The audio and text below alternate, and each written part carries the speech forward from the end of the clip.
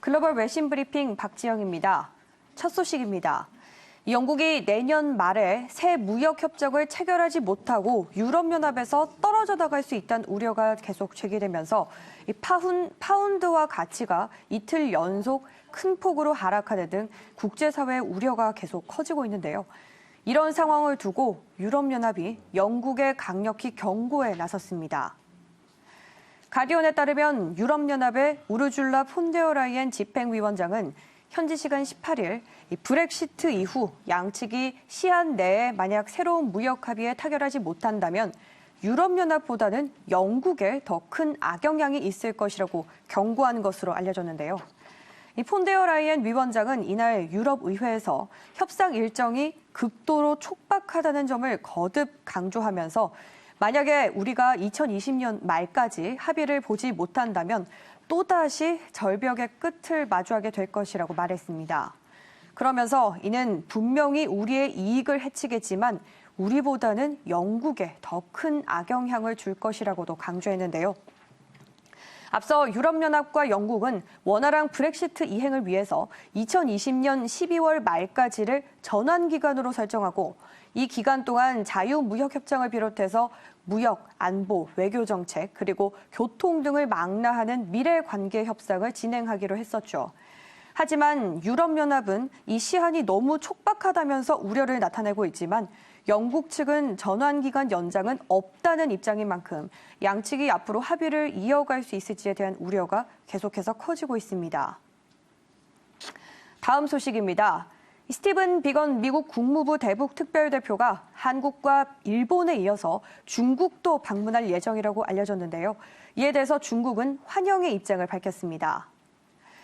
미 국무부는 보도자료를 통해서 비건 대표가 이 한국과 일본에 이어 19일부터 20일까지 이틀간의 일정으로 중국을 전격 방문할 것이라고 발표했는데요.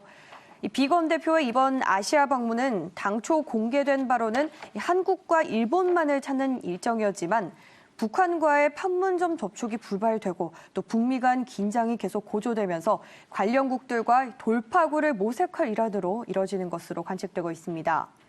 미 국무부는 비건 대표의 이번 중국 방문이 북한에 대한 국제적 일치 단결을 유지할 필요성에 대해 논의하기 위한 목적이라고 설명했는데요. 이에 대해서 경상 중국 외교부 대변인은 정례 브리핑에서 중국 측 관리가 비건과 회견을 할 것이며 관련 상황은 바로 발표할 것이니 지켜봐달라고 말했습니다. 특히 이번 중국 방문 일정은 중국과 러시아가 유엔 안전보장 이사회에 대북 제재 완화를 요구하는 결의안 초안을 마련한 등 행동 개시에 나선 와중에 발표된 것만큼 중러의 대북 공조 이탈 움직임에 대한 차단 시도와 맞물리면서 더욱더 주목받고 있습니다. 다음 뉴스입니다. 로버트 라이트하이저 미 무역 대표부 대표가 미중 1단계 무역 합의에 대해서 언급을 내놨는데요.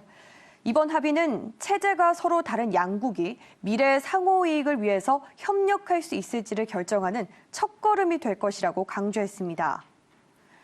라이트하이저 대표는 폭스 비즈니스와 인터뷰에서 이 합의는 단순히 농산물 같은 구매에 관한 것이 아니라 구조적인 변화에 대한 것이라면서 중국의 농산물 구매뿐 아니라 지적재산권 보호, 기술 이전, 금융시장 개방 등의 내용도 담고 있다고 설명했는데요.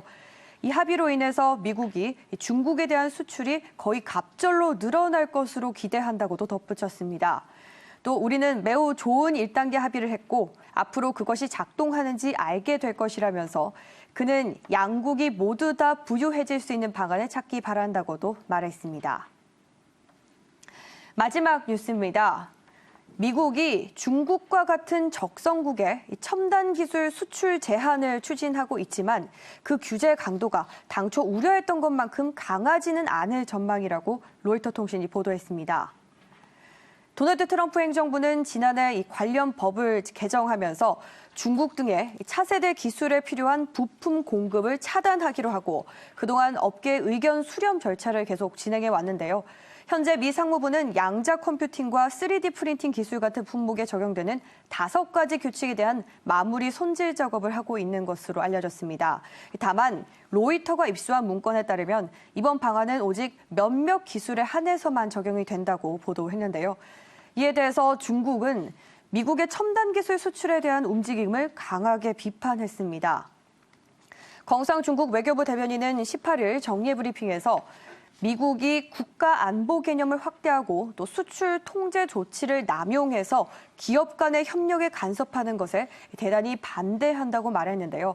그러면서 그는 미국이 첨단 기술 수출 제한으로 중국의 과학기술 발전을 막을 수 있다고 생각해선 안 될 것이라면서 그들은 자기만 잘난 줄 안다고 지적했습니다. 글로벌 외신 브리핑 1부에서 준비한 순서 여기까지입니다. 저는 잠시 후 2부에서 다시 돌아오겠습니다.